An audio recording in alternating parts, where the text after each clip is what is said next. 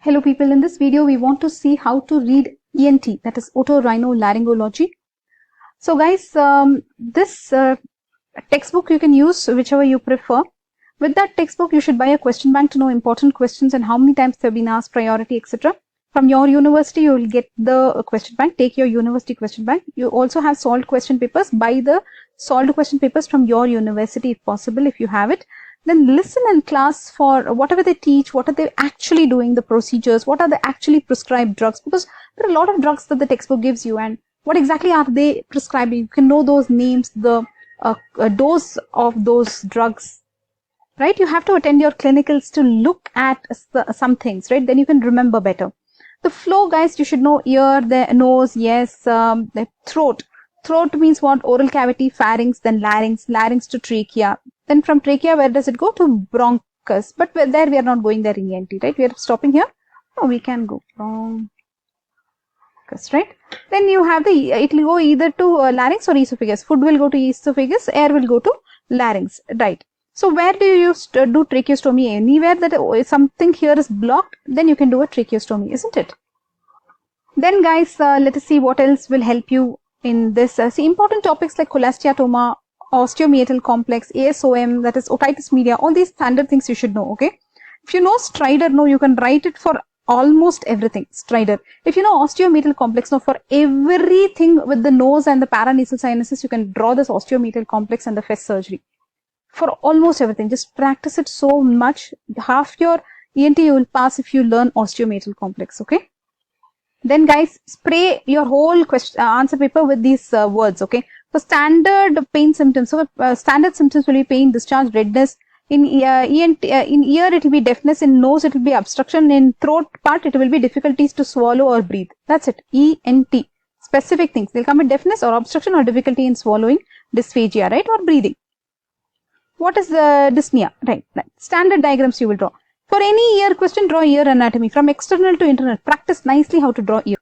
Helix, antihelix, tragus, antitragus, or how to draw osteomeatal complex, guys. Draw it, you will get nice marks.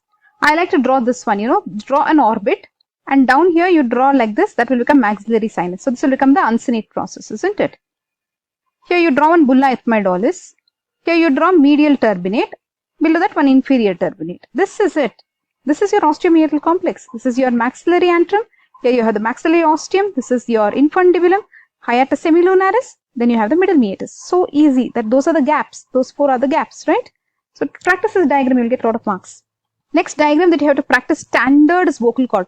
Ear, you will pass with drawing the ear and middle ear and all that. Osteomeatal complex, we told you, that is for nose and paranasal. For throat part, learn vocal cord diagram. Very nice. It is easy also. Something like this you draw, guys.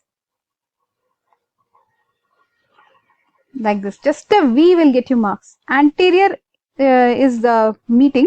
Posterior is like this. This is it. This is vocal fold. You will get a lot of marks if you draw. And explain vocal nodules means, okay, here. Anterior 1/3, posterior 2/3. In middle there will be vocal nodules. Vocal polyp means how you will draw. Wait, we'll show you how to draw vocal polyp. Vocal polyp will be unilateral. Same position but, right? It will be unilateral. It will be a little bigger. So easy, right? You can also practice another diagram, guys.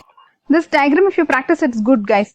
Nasopharynx, oropharynx, and here you have the larynx, and behind that you have the esophagus. Something like this also you practice, okay? See the same vocal fold diagram. Here they have put a web here, laryngeal web over. This diagram, guys, something like this, okay? Go like this, make that ventricle here, and do like this. That's it, this much can get you so many marks. So this is the gap, okay? This is the where the air is going, and here you have the subglottis, right? So this is your glottis. So this is your vocal fold. Your vocal folds are here. These are your false vocal cords, false vocal cords, yeah. And here you have the ventricle, and here you have the saccule of your larynx. So just this diagram will give you so many marks. You can use this so many places, okay? Like this and like this. So here you're actually drawing the gap. See, here you have the larynx. This is the middle, whatever is there is the gap, okay? Coming to this point here, guys, standard risks you write, right? Anything with ENT, it will go where? Parapharyngeal space. It can go to retropharyngeal space. Everything around it can spread. Then because you know this nose area and all is dangerous area of face. Everything you write, cavernous venous thrombosis, brain abscess, standard extradural abscess, subdural abscess, standard things, okay, you write. It's just spreading around.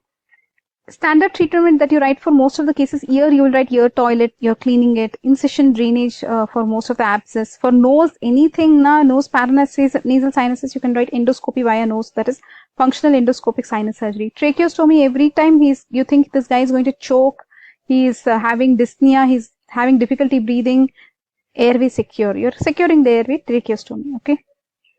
Specific treatment, anytime there is some problem, if you want to give info in bacterial infection, you can give amoxicillin, amoxiclav, incision drainage, standard things that you can write most of the places, not though everywhere. Specific words you learn, guys. Because, you know, when they tell you sinusitis, you will know it is sinus infection, sinusitis, sinus inflammation. But there are some things that you don't know what they are, right? Those things you have to focus. Like, do you know what Vincent's angina is? At least if you know Vincent's angina comes in oral cavity or where, you know what to write. You should at least know where it is. Do you know where it is? If I just say, do you know Ludwig's angina where? Again, this is submandibular space infection. Grade-Negro syndrome. Grade-Negro syndrome. Head, neck, ear. Where shall I write Grade-Negro syndrome? Oh, Grade-Negro syndrome is where? Because of petrositis.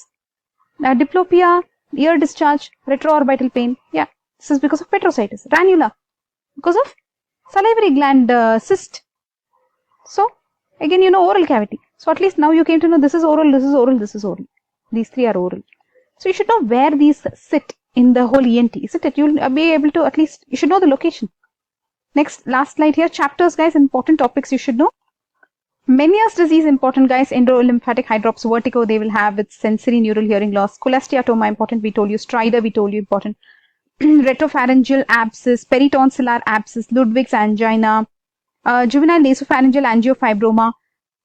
Here you can know angiofibroma, it will bleed, you should not do biopsy, you should do embolization before excision, right?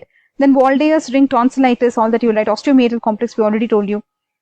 Then otosclerosis, important, it is also called as otospongiosis, which is a better terminology. Then white patch over membrane over tonsil, this one is could be diphtheria, could be streptococcus, EBV, any infection, they can have a membrane. True membrane is because of what? Diphtheria. Epistaxis is bleeding from the nose. Rhinolith, because foreign body enters your nose and becomes calcium, magnesium deposit, it will become rhinolith. Atrophic rhinitis, these people, everything in the nose would have become gone whole. They'll have a whole roomy nose inside. They can live inside their nose. So much room will be there. Septal perforation, mostly because of trauma, they can have perforation. Septal perforation. Then coming to acute suppurative otitis media, ASOM, all this you should know. Then guys, focus, we're looking at the important questions here. Otitis externa, because external ear canal also can have problem. What is malignant otitis externa? You should know this. Malignant otitis externa is caused by Pseudomonas. So you can remember otitis externa. So Pseudomonas, it's an aerobic organism, isn't it? What did I say? Did I say that right? Yes, guys, it is caused by Pseudomonas aeruginosa. So it's also called as necrotizing otitis media. It's important because what it will do? It can involve the external auditory canal and skull base and all that. That's why they are telling you, especially in immunocompromised people, looks like it will attack. Then where are we here? Conductive deafness, what are the causes? Anything in the external ear, middle ear will cause conductive deafness. Renes test, all these tuning fork tests, all these you will write, right, guys? So we are done with the important questions. Exostosis, also another terminology that you should know, because you will not know what to write if you don't know what the terminology is, right? Surface ear it is. So because of cold water, there is bone growth. Remember, in this, there is bone growth. Everywhere else, there is bone destruction, okay? Osteoclastoma, malignant otitis externa, what you saw now. Everything, there will be bone destruction. But only in exostosis, no? Surface ear, there will have bone growth. Bone spur will be there, okay? Ototoxicity, so many drugs are ototoxic, like streptomycin, all that you know. Then caloric test, they are putting hot, cold water into that guy's ear to check for nystagmus. They're checking brainstem function. Otomycosis fungus, oto is ear, myco is fungus, so you know otomycosis is fungus in the ear, right? Then nasal polyp, you can know. What else, guys? Atrophic rhinitis, thyroglossal duct cyst, these are all neck masses, guys. Rhinoscleroma, rhinoscleroma is important because it is an emerging disease. Rhinoscleroma is important, guys. There are a lot of terminologies in this, like Frisch, Mikulith cells, Russell bodies. Too many terminologies are there. It is caused by Klebsiella rhinoscleromatis. Okay. Then look at the other topics that you may need in ENT. tinnitus, how to treat and all that you can know if you want. What else, guys? So many important topics are there in ENT. Learn all these. And to aticoantral type of CSOM is what? It is dangerous type because this can lead to cholesteatoma. It can invade everywhere, right? That's it, guys. Hope you have understood how to approach your ENT exam. So all the best. We have covered in this video how to read ENT, that is otorhinolaryngology. Bye bye.